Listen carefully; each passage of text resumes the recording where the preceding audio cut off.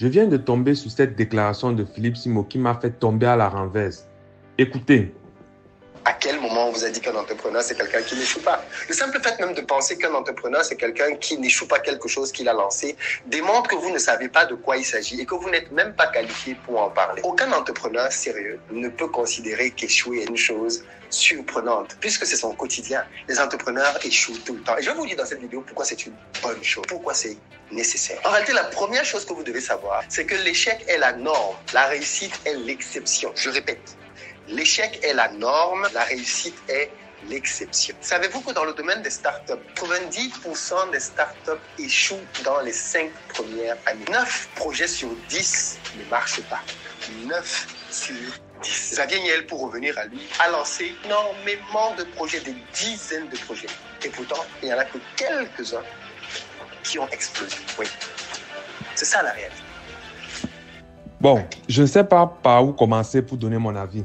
J'ai vraiment peur pour tous ceux qui ont toujours écouté religieusement ce gars. C'est le roi suprême des contradictions.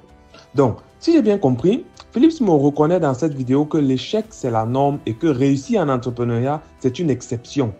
Est-ce qu'il réalise la gravité de cette déclaration au vu de ce qu'il a toujours voulu nous faire croire?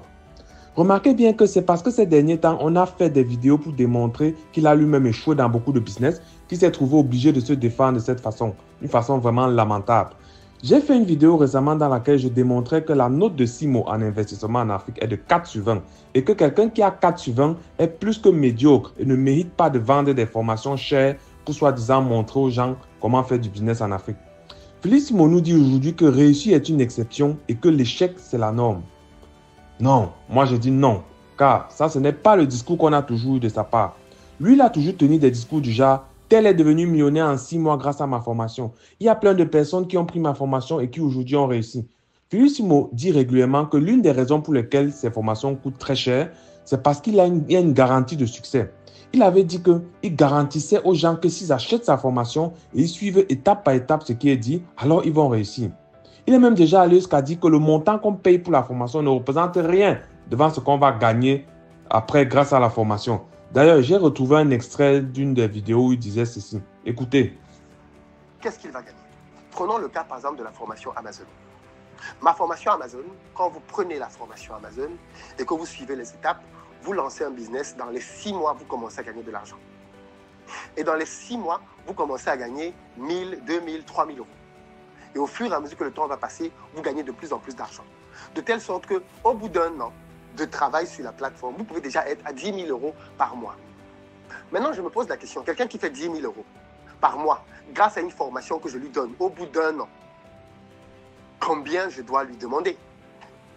Si je ne facture que les heures de travail, je vais dire, oh non, ça me prend tel nombre d'heures, donc je facture l'heure à tel prix, et ainsi de suite. Or, si je me positionne au niveau de la valeur et que je dis non, comme ma formation va lui permettre de gagner 10 000 euros sur un an, et à ce moment-là, je veux qu'il me donne de ces 10 000 euros-là, par exemple, 2 000 euros. Quelqu'un qui ne comprend rien au business va dire « Oh, mais c'est cher, comment tu peux demander 2 000 euros pour une formation ?» C'est parce qu'il positionne ça sur la base des efforts. Mais s'il avait compris qu'un entrepreneur se positionne au niveau de la valeur, il comprendrait que si Philippe demande 2 000 euros, quelle est la valeur qu'il apporte? Voilà pourquoi la notion de dire que certains prix, certains produits sont chers n'est pas bonne. En réalité, un produit n'est jamais cher. Ce qu'il faut plutôt se poser comme question, c'est quelle est la valeur que ce produit apporte par rapport à l'argent qu'il demande. Si quelqu'un vous dit qu'il vous fait une formation à 2 000, 3 000 euros, demandez-vous juste, non pas combien ça coûte, mais qu'est-ce que ça va rapporter? Quelle est la valeur que ça va apporter? Et c'est sur la base donc de la valeur que vous allez pouvoir déterminer si le produit vous correspond ou pas. J'espère que c'est beaucoup plus clair. Voilà, c'est beaucoup plus clair. Maintenant, vous avez suivi l'extrait. Comme vous venez de suivre, Philippe Simo s'exprimait ici comme si l'échec n'était pas envisageable. Au contraire, il faisait comme si en achetant sa formation, vous n'allez que réussir. Et c'est justement parce que vous n'allez que réussir que la formation coûte si cher. Alors moi, personnellement, je refuse que quelqu'un qui a dit cela par le passé vienne aujourd'hui nous dire qu'en entrepreneuriat, l'échec, c'est la norme. Je trouve cela malhonnête. C'est une grossière contradiction. Puisqu'il a lui-même échoué dans plusieurs business et qu'il sait que cela sème le doute sur sa crédibilité à vendre des formations chères, il vient maintenant modifier son discours et il veut vous faire croire qu'échouer est normal. Vraiment, tout flatteur vit au dépend de celui qui l'écoute vraiment. Ceux qui nous insultent souvent quand nous on fait les vidéos, si vous êtes honnête envers vous-même, juste un peu, vous reconnaîtrez que c'est nous qui avons toujours tenu des discours du genre « il n'est pas facile de réussir en entrepreneuriat » et donc le coût d'une formation ne devrait pas être si cher. C'est nous autres qui avons toujours dit sur les réseaux sociaux que Philippe Simo n'œuvre pas pour développer l'Afrique ou les Africains, mais plutôt pour se mettre plein les poches. C'est nous qui avons démontré qu'il n'est pas normal d'acheter une formation à plusieurs milliers d'euros pour lancer un business que tu n'es même pas sûr de réussir. De son côté, Philippe Simo avait toujours fait comme si c'est nous qui ne comprenions rien à l'entrepreneuriat et que lui, il a la recette pour réussir et devenir millionnaire. Une recette qu'il vous partage dans ses formations qu'il vend à prix d'or.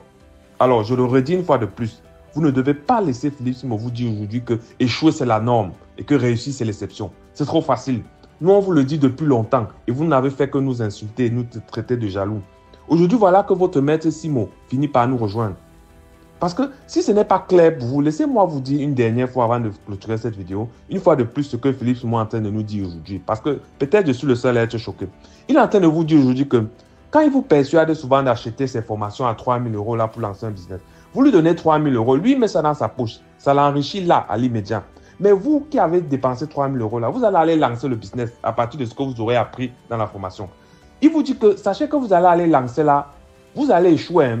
C'est-à-dire qu'il y a plus de chances d'échouer que de réussir. Donc, si vous échouez, c'est normal. Ce serait une exception même si le business que vous allez lancer là réussisse. Voilà ce que Philippe Simo vous dit aujourd'hui.